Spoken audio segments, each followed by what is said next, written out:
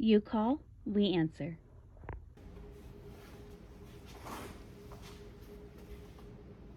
Hey Haley, Hey, how are you? wonderful.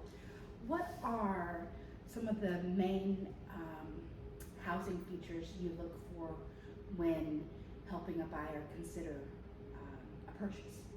Okay. One of the first things that I usually consider is the age of the roof.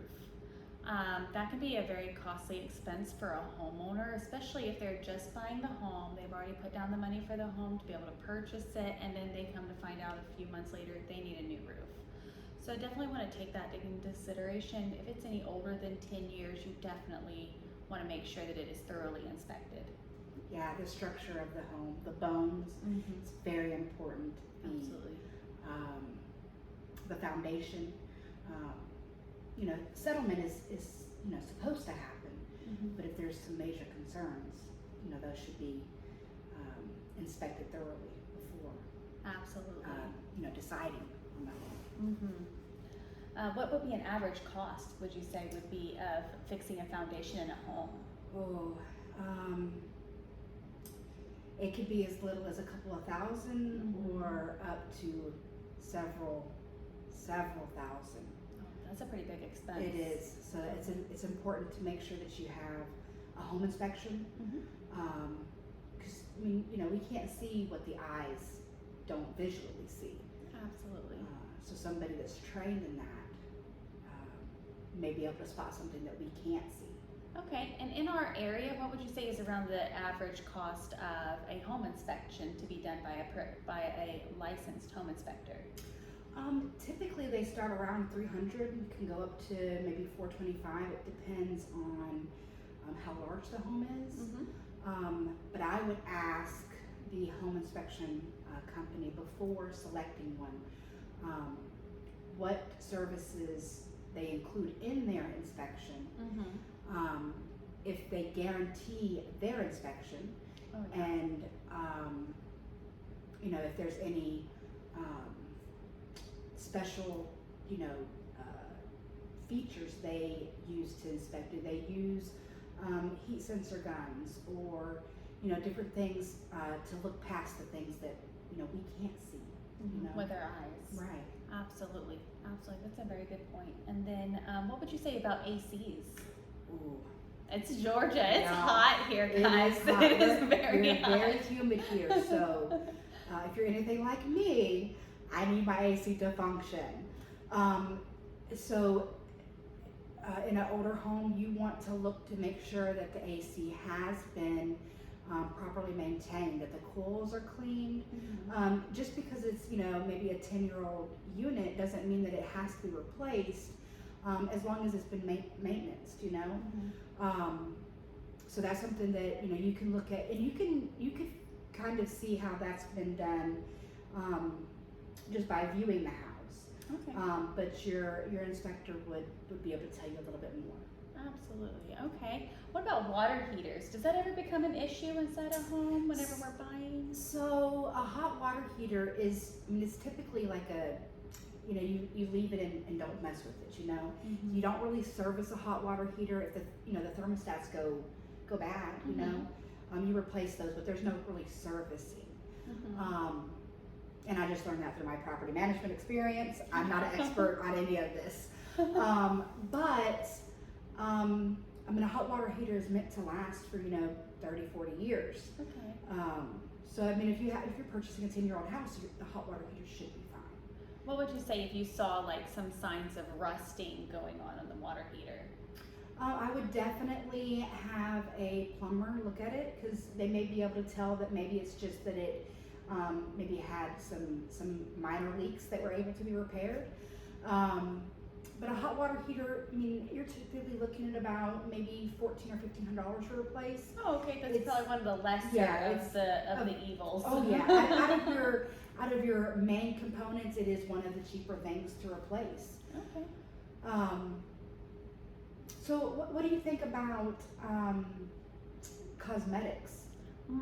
So that is one thing that I get a lot whenever I'm showing houses is I do not like this paint color. That's probably one of the first things I hear in a lot of homes. And I try to always explain to buyers that paint is very easily done and that it's affordable for you to even do yourself. So if you don't like the paint color in one room, let's say one room's green, one room's pink, you can paint it a neutral color yourself, and it's also affordable to have done prior to you even moving in. So after you purchase the home, you can have a contractor come in and paint those few rooms and so forth. But overall, I would say, just like Sandy was saying, that those main components are going to be your main worries with the property. Those are going to be your money costers. Yeah. So to look past the cosmetics and look at the bones. Yes. Mhm. Yes. And you know, your cosmetics, they kind of change as we age. You know, like I can't tell you how many times I've changed the decor of my own home because, you know, 5 years ago I wanted, you know, something a little more pizzazz, and now I'm more wanting softer, smoother things. Yeah. So I mean, your wall color, that's a real simple fix. You know, if you wanted to be the one to paint your house, me personally, I don't want to have to paint my own house. But it does take a lot of time. you know, you when you're looking at buying a property, you should be looking at maybe like a year goal type thing, whether or not you plan on being here for 5 years. So, you know, are the walls really going to affect you for 5 years? Or is it something that you just don't really care for? Or is that not a room that you're going to go into? Mm-hmm. So you want to spend the money where it's most wise at. Absolutely. I 100% agree. You don't want to be without AC. You don't want to be with a leaking roof. Mm-mm. What about flooring? What do you think about flooring? Oh, flooring is a real particular subject because some people want carpet in their bedrooms. They want to, you know, get out of bed and have warm feet. Me personally, I don't mind having, you know, uncarpeted flooring in my bedrooms.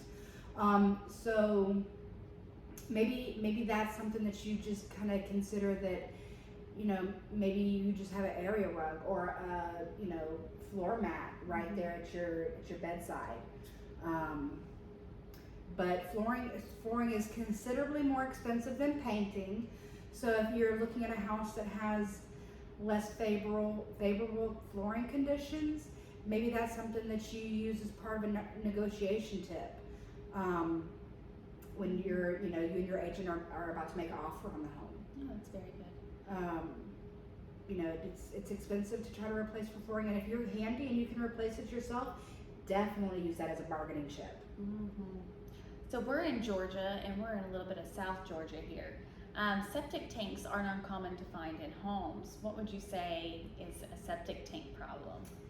So, property management experience. Again. So it all depends on the age of the home and when the home was initially built. Mm-hmm. So, you know, 10 years ago, our rain levels was nowhere near how much rain we get now. So depending on the type of system that was installed is going to determine if you're going to have regular septic tank problems. That doesn't mean you're going to always have a septic tank problem. But in the heavy rain time, so in the last couple of weeks, we've had a lot of rain. And so if you're on a gravity fed system, you're going to have a little slow drainage because the septic tank is already full and the drain filled because of the amount of rain we've had. Yeah. So that's important to know is what kind of system you have. You either have gravity fed or you have a sump pump system. And you know, if your realtor does not have knowledge of that, definitely reach out and speak to a septic tank company. The health department. Yeah, somebody that can kind of answer the questions for you.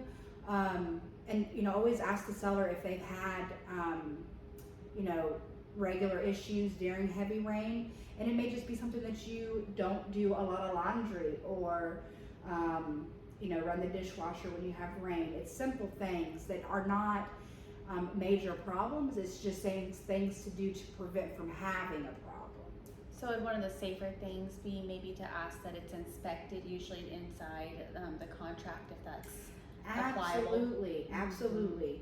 And ask them when the last time it was pumped. Sometimes it doesn't need to be pumped. If the system is working properly, then you typically, only pump it maybe every 5 years or so.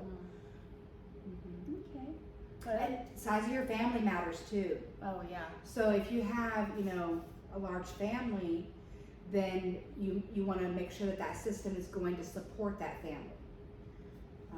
Because more laundry, more dishwashers being ran, More showers, more toilet flushes, all of those things matter. Absolutely.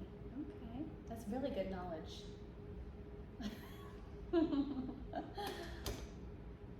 Anything else, like during your showings, any odd questions that you've ever had? I would say some of them that I get is about ceiling tape. Oh. Yeah, so again we're in Georgia. Right, so high humidity. Yes. High humidity. So sometimes the tape lines from where the sheetrock, two pieces of sheetrock are met together, they use sheetrock tape, whatever they call it. We're not contractors. We're not, no. But it's, to make a seamless connection here, it's just like wallpaper. Moisture, it comes loose. So that's something. Obviously, if there's water stains present around that area, then you need to have it looked at, closely. But if it's just coming loose and you don't see any water stains, then it's likely because the tape lines are just coming loose. I like that. It's a good explanation. What do you think about windows and the gas having escaped? Oh man, that's a hard one. So it can be unsightly, but I feel as though it's a little bit unsightly, but it doesn't usually end up inside a contract, and that's because windows are expensive and they take a long time to come in. So a lot of the times lenders don't allow you to close on the house until everything's been repaired. So if you include that one window in it, you could end up 2-3 months easily out in escrow where you're unable to close. Now it is something that is repairable or it is replaceable, but that might be negotiation of maybe a seller contribution to you as opposed to putting it inside a contract to actually be repaired. So the window is still functionable, just because and the gas escaping is from a 2-pane window, which is more energy efficient. And sometimes no damage has to be done. It's just a poor sill, and over time that gas has escaped and it's caused the window to kind of fog. But it still functions. And sometimes sellers have a hard time spending money on something that is still functionable, especially if they're already in agreement to contribute to closing costs. And then some windows, you're looking at maybe $400 or $500 to replace. So you kind of have to weigh your pros and cons. Like, is it an immediate issue that has to be addressed now, or is it something that you can kind of live with and maybe handle at a later date? Absolutely, I agree. It was nice talking with you. It was very nice. All right, maybe we'll do this again. Maybe next week, same time. All right. All right, guys. Thanks, guys. Bye.